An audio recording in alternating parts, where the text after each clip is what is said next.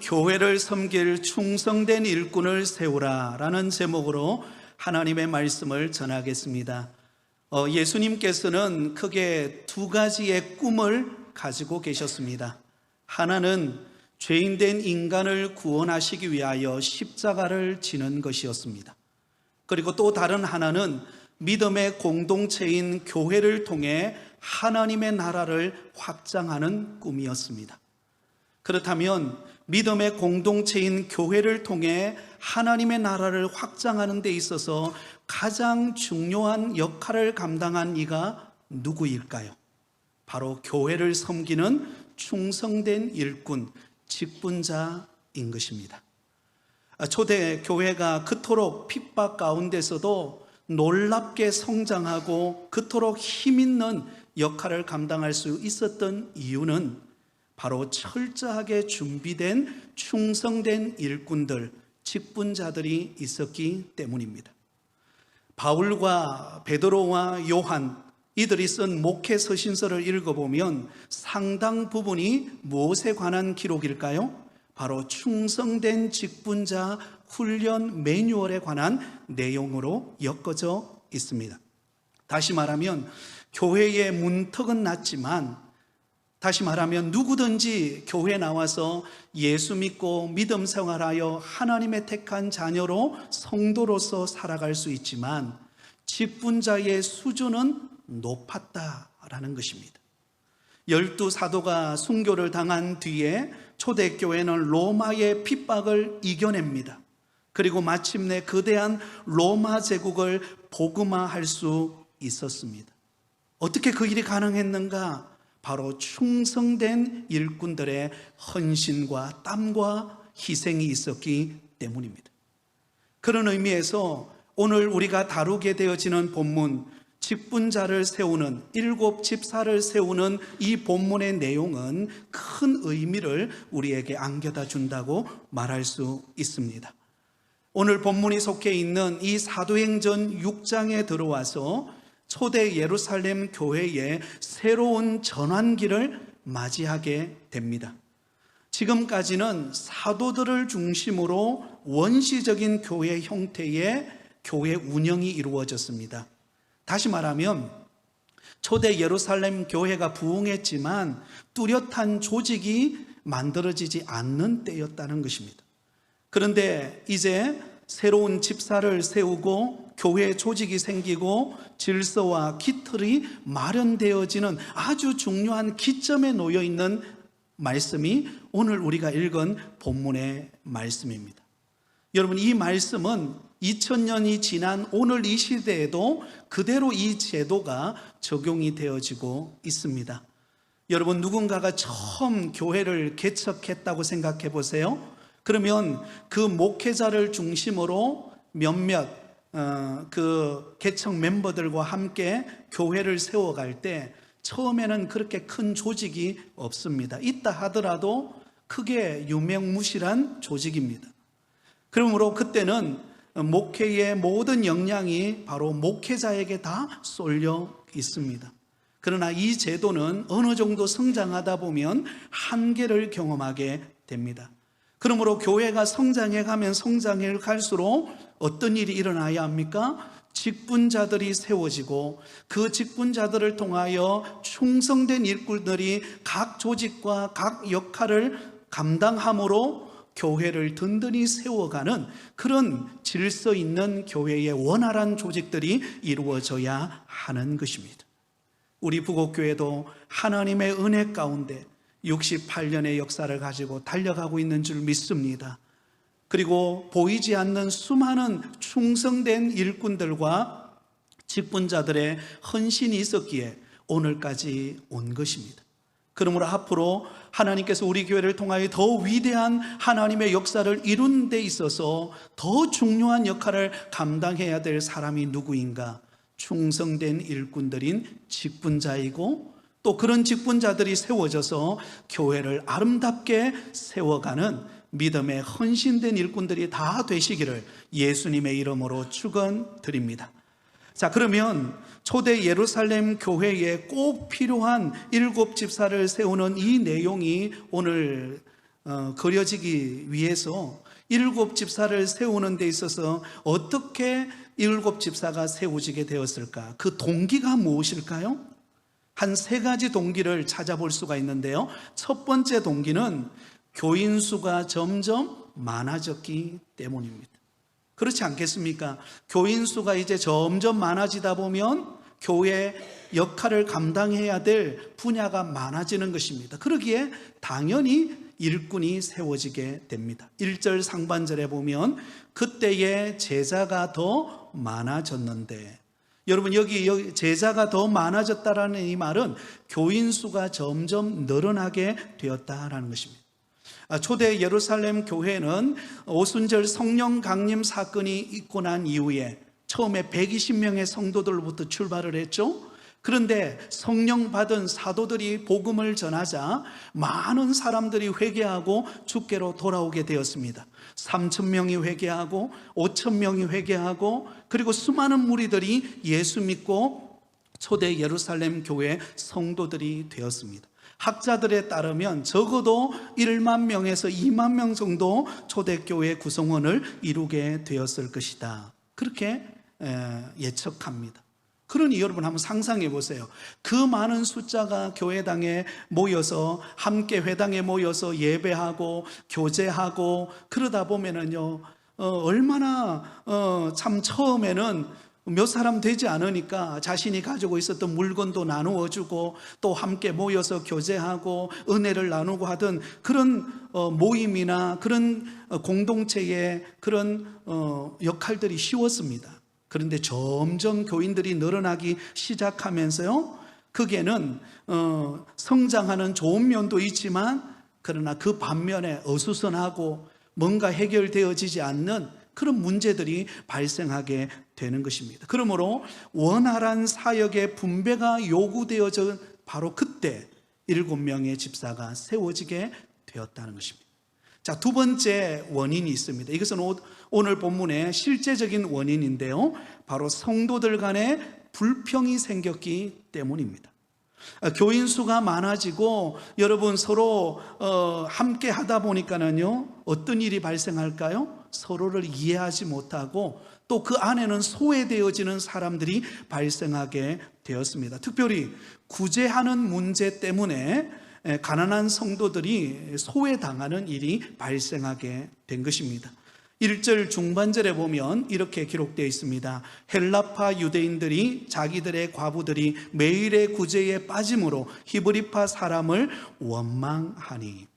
여러분, 초대 예루살렘 교회 안에는 크게 두 부류의 성도들이 모여 있었습니다. 하나는 헬라파 유대인들, 그리고 또 다른 하나 부류는 히브리파 유대인들로 구성이 되어 있었습니다. 헬라파 유대인들이 누구입니까? 이 헬라파 유대인들은 혈통적으로는 유대인이지만 그러나 유대 땅 이스라엘 땅에 살지 않고 헬라 지방 이방 나라에서 살면서 그곳에서 자라고 그곳인 헬라의 문화를 접하면서 그 영향을 받았던 사람들, 오늘날로 말한다면요, 해외 교포 2세를 말합니다. 여러분, 미국에도 가면 한인들이 있죠. 그 한인 2세들이 바로 이 헬라파 유대인들이라고 그렇게 볼 수가 있겠습니다. 자, 그에 비하여서 히브리파 유대인들은 누구인가? 이들은 팔레스타인, 그 유대 땅에서 태어나고 자라서 히브리어를 사용하는 전통 유대인들을 가리킵니다. 같은 민족이지만 서로 다른 환경에서 자라고 언어와 사상과 사회적인 관습이 전혀 달랐습니다. 더군다나 초대 예루살렘 교회의 중심을 이루었던 사도들은 어디에 속했을까요? 히브리파 유대인들이었습니다. 전통적으로 그 유대 땅에서 자라고 그곳에서 예수님께 훈련을 받고 그리고 사도가 된 사람들이었습니다. 그러다 보니까는요, 점점 시간이 지나면서 헬라파 유대인들, 그들이 소외감을 느끼게 된 것입니다. 아니나 다를까 문제가 하나 발생하게 됩니다. 헬라파 유대인들 가운데, 성도들 가운데 어려움을 겪는 가난한 사람들, 그래서 교회에서 가난한 사람들을 구제하기로 결정을 했습니다. 그런데 가만히 그 내막을 들여다보니까는요, 그 구제 헌금이 히브리파 유대인들 가난한 사람들에게는 지급이 되었는데 누가 소외되었을까요? 네, 헬라파 유대인들 가난한 성도들에게는 그 구제 헌금이 지급이 되지를 않는 거예요. 어떤 이유에서 구체적으로 지급되어지지 않았는가를 성경은 말하고 있지를 않습니다. 사도들이 히브리파 유대인들로 구성되어진 사도들이다 보니까 이게 누락이 된 건지, 아니면 뭐가 착오가 있어서, 행정적인 착오가 있어서 헬라파 유대인들에게 그것이 지급이 안 된 것인지 우리는 자세하게 알 수는 없습니다. 그러나 여러분, 그 구제 헌금의 대상에서 제외가 되어진 헬라파 유대인들의 마음속에 섭섭함이 생기게 되었고 불평이 일어나게 된 것입니다. 아마 사도들은 이 문제뿐만이 아니라 성도들이 많다 보니까 신방도 해야죠, 또 여러 가지 성도들의 어려운 형편도 돌아보아야죠, 온갖 일을 다 하다 보니까 어쩌다가 이 누락이 된 것 같아요. 그러다 보니까요, 이 헬라파 유대인들의 가난한 성도들이 그런 어려움을 겪으니까 헬라파 유대인들의 마음속에 섭섭하고 불평하는 마음들이 일어나게 된 것입니다. 그래서 여러분, 이 일곱 집사를 세우게 된 것을 알 수가 있습니다. 세 번째 동기가 있는데요, 이것은 어떤 면에 보면 해결적인 문제라고 말할 수 있는데 교회 질서가 필요했기 때문입니다. 여러분, 헬라파 유대인들이 히브리파 유대인들을 불평하기 시작했을 때 사실 누구에 대한 불평일까요? 네, 여러분, 히브리파 사람들에 대한, 그리스도인들에 대한 불평이기도 하지만 궁극적으로는 전체를 이끌어가는 리더십인 사도들에 대한 불평이었습니다. 그러다 보니까 사도들에 대한 불평이 점점 그 정도가 심해가지기 시작하니까요, 사도들이 전하는 메시지가 은혜가 될까요, 안 될까요? 은혜가 안 됩니다. 여러분, 목회자와 좋은 관계를 맺고 있을 때는 어떤 말씀이 전해져도 그게 은혜가 되고 아멘으로 받아들여집니다. 그런데 뭔가 모르게 목회자와 관계에 끄리낌이 있으면요, 그때부터는 어떤 말씀이 전해져도 그 말씀이 불편한 거예요. 내 마음속에 은혜로 다가오기보다 여러 가지 힘들게, 부담스럽게 다가오게 됩니다. 그러면 여러분, 결국 어떤 일이 벌어질까요? 목회자나 성도들이 은혜를 받지 못하기 때문에 그 교회 안에 질서가 점점 무너지게 되는 것입니다. 그러므로 사도들이 이 일로 인하여서 큰일 났다, 빨리 교회 질서를 회복해야 되겠다, 그래서 일곱 집사를 세워서 재정적인 부분, 봉사하는 부분, 여러 가지 교회에서 역할을 감당하는 부분들을 그들에게 맡기고 말씀 전하는 거와 기도하는 거와 성도들을 목회하는 측면에 있어서는 사도들이 집중할 수 있도록 만들어 주어야 되겠다. 그래서 교회 질서를 세워야 되겠다. 그런 측면에서 오늘 본문에 일곱 집사를 세우게 되었다는 것을 알 수가 있습니다. 사랑하는 성도 여러분, 교회는 우리 주 예수 그리스도를 머리로 삼고 우리는 각 직체가 되어 주님 안에서 기쁨으로 하나님을 예배하는 믿음의 공동체요, 한 가족인 줄 믿습니다. 그러므로 신앙생활하는 우리 성도들은 믿음 생활하는 것이 행복해야 합니다. 교회에 오는 게 즐겁고 성도님들을 만나는 게 즐겁고 목사님께 기도 부탁하는 것이 행복하고, 그래서 서로 관계 속에서 하나님이 주시는 기쁨이 충만할 때 하나님께서 그 교회에 부으시는 은혜도 더욱더 갑절로 임하는 역사가 나타날 줄 믿습니다. 그러면 여러분, 교회는요, 늘 교회만 생각만 해도 기뻐해야 돼요. 교회만 생각만 해도 오고 싶어지고 은혜가 가득한 곳, 그곳이 우리 부곡교회가 되기를 예수님의 이름으로 축원드립니다. 자, 그렇다면 일곱 집사를 선택하여 세울 때 자격 조건이 무엇일까요?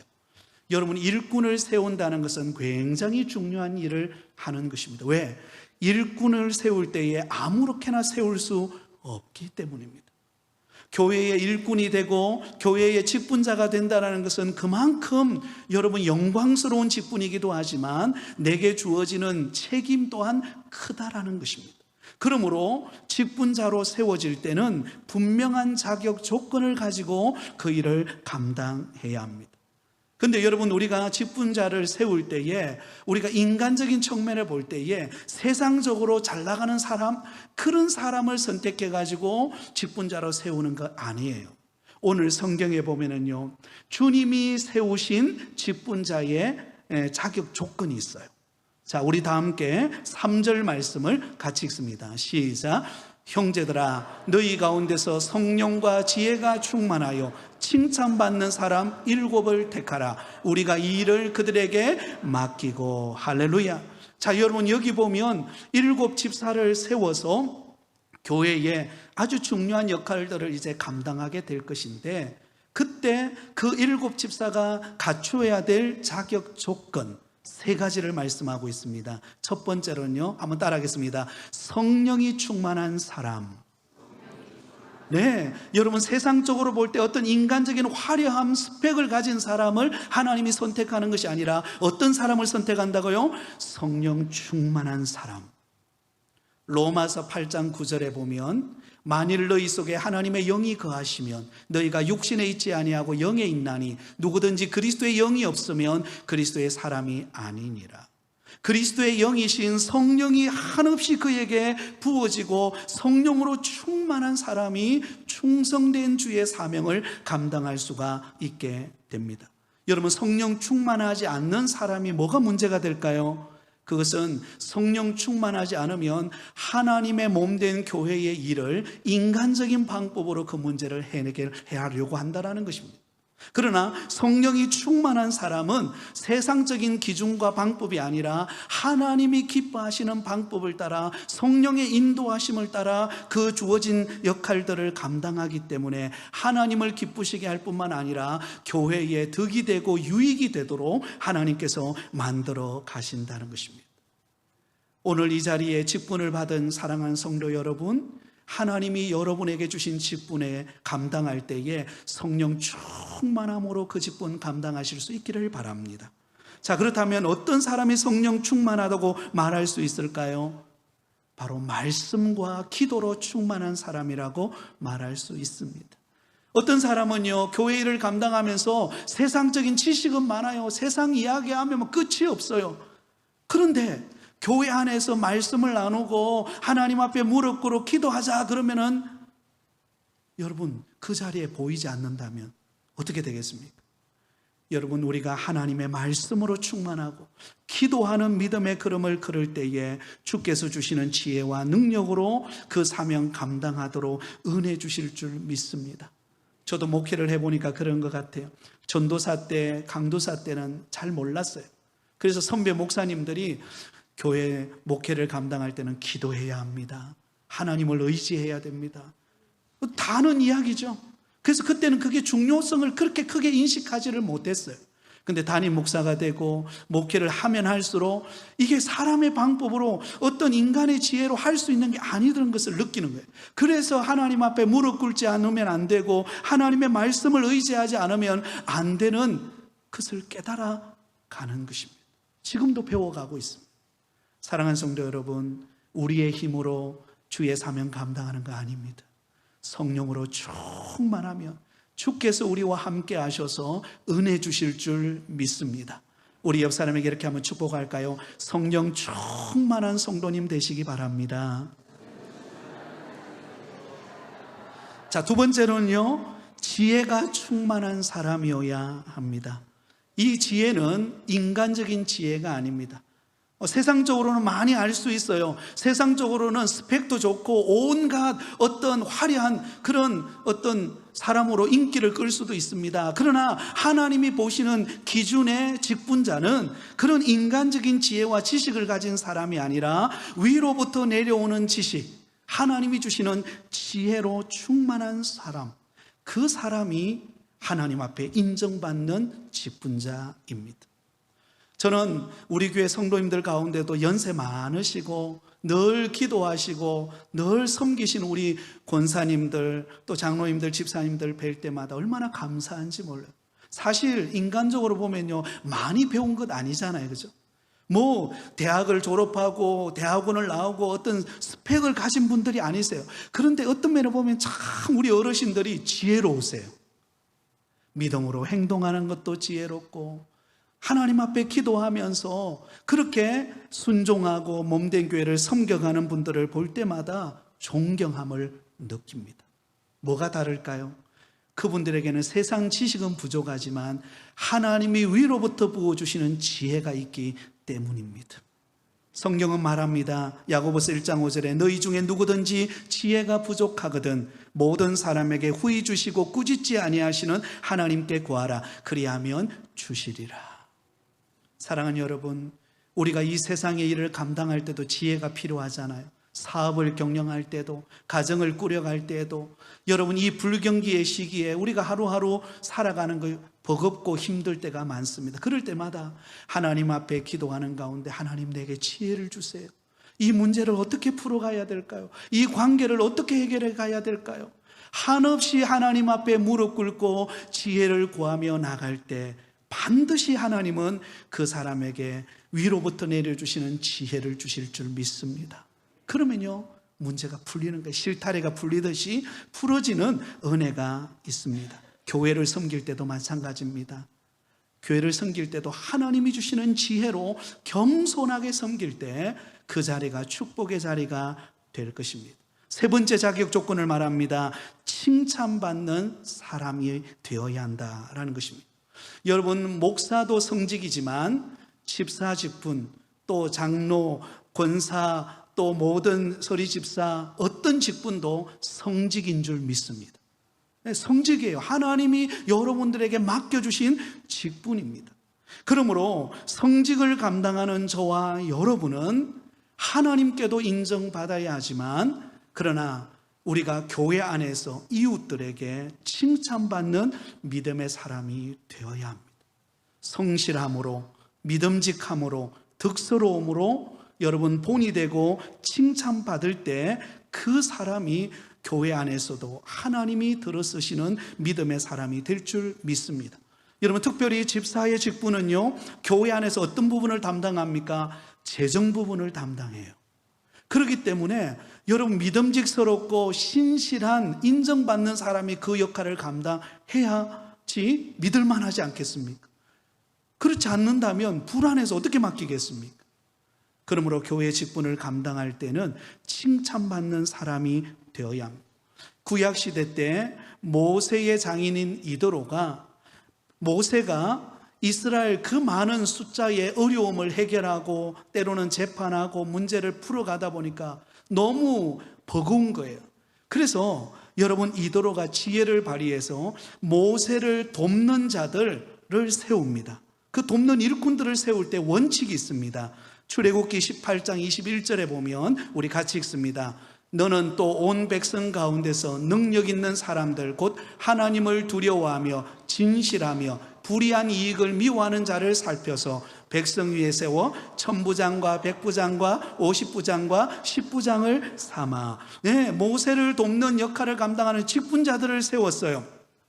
그들 가운데 천부장, 백부장, 50부장, 10부장을 세워서 모세를 돕게 했습니다. 그런데 그들을 세운 기준이 무엇인가? 바로 하나님을 두려워하며 진실하며 불의한 이익을 미워하는 자들, 다시 말하면 칭찬받는 사람을 세웠다는 것입니다. 사랑하는 성도 여러분, 저와 여러분은 하나님께로부터 칭찬받아야 하지만 우리 성도들에게, 이웃들에게 칭찬받는 성도가 되시기를 바랍니다. 사도 바울이 영적인 아들인 디모데에게 집사를 세울 때 이런 사람을 세우라 라고 하는 기준을 정해 주었습니다. 디모데전서 3장 8절에서 13절에 보면 이렇게 말씀하고 있습니다. 이와 같이 집사들도 정중하고 일구이언을 하지 아니하고 술에 임박히지 아니하고 더러운 일을 탐하지 아니하고 깨끗한 양심에 믿음의 비밀을 가진 자라야 할지니 이에 이 사람들을 먼저 시험하여 보고 그 후에 책망할 것이 없으면 집사의 직분을 맡게 할 것이요 여자들도 이와 같이 정숙하고 모함하지 아니하며 절제하며 모든 일에 충성된 자라야 할지니라. 집사들은 한 아내의 남편이 되어 자녀와 자기 집을 잘 다스리는 자일지니 집사의 직분을 잘한 자들은 아름다운 지위와 그리스도 예수 안에 있는 믿음의 큰 담력을 얻느니라. 이 말을 요약하면 이런 말입니다. 하나님과 사람 앞에 칭찬받는 사람이어야 한다라는 것입니다. 사랑하는 성도 여러분, 우리는 부족함이 있습니다. 세상적으로 볼 때 우리가 그렇게 스펙이 화려하지 않아요. 그러나 하나님 앞에, 사람 앞에 진실되이 내게 주어진 자리에서 성실히 충성되이 믿음직스럽게 그 일을 감당하면 하나님도 인정하시고 성도들도 인정할 줄 믿습니다. 이런 사람이 세워질 때 그 주어진 자리가 얼마나 아름답게 열매 맺는 자리가 되겠습니까? 여러분, 난 자리는 안다 그러잖아요. 내가 있던 자리 압니다. 내 그림자를 보게 되는 것입니다. 그러므로 우리는 하나님 앞에서 사람 앞에 코람데오, 나는 하나님 앞에 있다. 한번 따라하겠습니다. 나는 하나님 앞에 있다. 저와 여러분은 하나님 앞에 있습니다.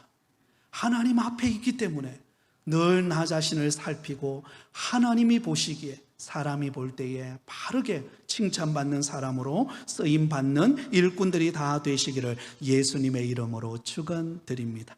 자, 이러하여서 오늘 본문에 보면 7 집사를 세웁니다. 그들이 누구일까요? 5절입니다. 같이 읽습니다. 온 무리가 이 말을 기뻐하여 믿음과 성령이 충만한 사람 스데반과 또 빌립과 브로고로와 니가노로와 디몬과 바메나와 유대교에 입교했던 안디옥 사람 니골라를 택하며. 아멘. 여러분, 신실한 성령이 충만하고 지혜가 충만하고 그리고 칭찬받는 7 사람을 선택했습니다. 스데반, 빌립, 브로고로, 니가노로, 디몬, 바메나 그리고 니골라, 신실한 믿음의 일꾼들을 세웠어요. 여러분, 교회의 영광은 일꾼들이 자꾸 세워지는 것입니다. 예수 믿고 교회 와서 은혜 받아서 그 성도가 신앙이 자라고 인격이 자라고 신앙의 성숙을 이루어서 교회에서 성도들 앞에 인정받고 하나님 앞에 인정받고 일꾼이 되어 교회를 섬겨가는 것이 여러분 영광인 줄 믿습니다. 교회는 그러한 곳이 되어야 돼요. 교회는 끊임없이 하나님이 은혜 주셔서 많은 직분자들이 세워지고 그 역할을 감당하고 그 역할의 범위가 넓어지고 하나님이 함께 하시는 은혜의 역사를 경험하는 곳, 그곳이 교회입니다. 그러면 여러분, 저와 여러분이 그렇게 쓰임받기를 원합니다. 자, 그러면 이제는 결론입니다. 이렇게 세움받은 7 집사를 세워서 교회의 역할을 감당하게 되었을 때 어떤 결과가 찾아왔을까요? 우리 마지막 7절을 읽고 말씀을 맺겠습니다. 같이 읽습니다. 시작. 하나님의 말씀이 점점 왕성하여 예루살렘에 있는 제자의 수가 더 심히 많아지고 허다한 제사장의 무리도 이도에 복종하니라. 할렐루야. 여러분, 처음 7 집사를 세우기 전에는요, 교회 안에 어려움이 있었습니다. 여러분, 교회는 그런 것 같습니다. 또 좋을 때도 있지만 때로는 어려움의 시기를 겪을 때도 있어요. 그러나 그때 어려움이 찾아올 때 우리가 어떻게 반응하고 행동하는가가 중요합니다. 그때 우리는 영적으로 깨어서 기도하는 가운데, 여러분, 불평이 있다는 것은 그 필요성이 있다는 것을 의미하거든요. 그렇기 때문에 그때마다 우리는 하나님 앞에 깨어서 기도하면서 신실한 일꾼들을 세워가야 합니다. 그러면서 여러분, 이렇게 일꾼들을 세울 때 하나님이 어떤 복을 주시는가? 하나님의 말씀이 점점 왕성해지게 되었다는 것입니다. 그럴 수밖에 없죠. 사도들이 그동안 모든 일을 다 맡아서 했어요. 교회 봉사하는 것도, 재정을 출납하는 것도, 교회 안에 여러 가지 일들을 다 감당하다 보니까 정작 사도들이 감당해야 될 일이 무엇입니까? 하나님의 말씀을 전하고 기도하고 성도들을 돌아보는 신방하는 그 일이 그동안은 서서히 그 일을 감당하지를 못했어요. 그런데 7 집사를 세워서 그 역할들을 분배하고 사도들이 감당해야 할 말씀을 전하는 것과 기도하는 일에 전무하다 보니까 말씀의 깊이가 달라진 것입니다. 말씀의 은혜가 달라지고 성도들을 향한 마음이 달라지기 시작하니까 그 말씀이 왕성하여져서 성도들이 은혜 받는 일이 일어났습니다. 여러분, 우리 목회자들을 위해 기도해 주시기 바랍니다. 더 말씀의 깊이와 넓이가 더해져서 우리 성도들을 먹이고도 남길 수 있는, 온 성도들이 은혜로 충만한 일에 귀하게 쓰임받을 수 있도록 기도해 주시기를 예수님의 이름으로 축복합니다. 또한 어떤 결과가 찾아왔습니까? 제자의 수가 많아졌습니다. 많아졌다는 말은 믿는 성도들이 많아졌다는 것입니다. 교회의 일꾼들을 여러분 질서를 따라 잘 세우면 하나님께서 그 역할을 감당하고, 목회자는 목회자의 역할을 감당하니까 하나님께서 그 교회에 은혜를 부으시니까 믿는 자들이 많아지는 일들이 일어나게 되었습니다. 우리 교회 안에도 이런 은혜가 있기를 축복합니다. 마지막으로 허다한 제사장의 무리도 이 도에 복종해서, 여러분 놀라운 일이 벌어졌습니다. 이 제사장들은요 철저히 유대교를 따르는 제사장들입니다. 근데 그들이 복음으로 인하여 변화가 일어났어요. 교회가 은혜가 넘치고 간정이 넘치고 일꾼들이 세워지고 자신의 역할을 충실하게 감당하다 보니까요 제사장들이 감동을 받은 것입니다. 형식적으로만 신앙생활했던 그들이 그게 아니다, 참된 신앙의 자리로 나오고 예수 믿는 변화의 역사를 경험하게 되었다라는 것입니다. 사랑하는 성도 여러분, 우리 부곡교회 옆에는 이제 새로운 아파트도 들어서고 주변에 많은 변화가 일어납니다. 이들을 구원하는 일은 저와 여러분이 감당해야 될 책임인 줄 믿습니다. 그러기 위해서 저와 여러분이 성령 충만함으로, 지혜가 충만함으로, 또한 하나님과 사람 앞에 칭찬받는 선한 역할을 통하여 많은 잃어버린 영혼을 구원하는 교회로 든든히 세워져 가시기를, 그 일에 귀하게 쓰임받는 일꾼들이 다 되시기를 예수님의 이름으로 축원드립니다.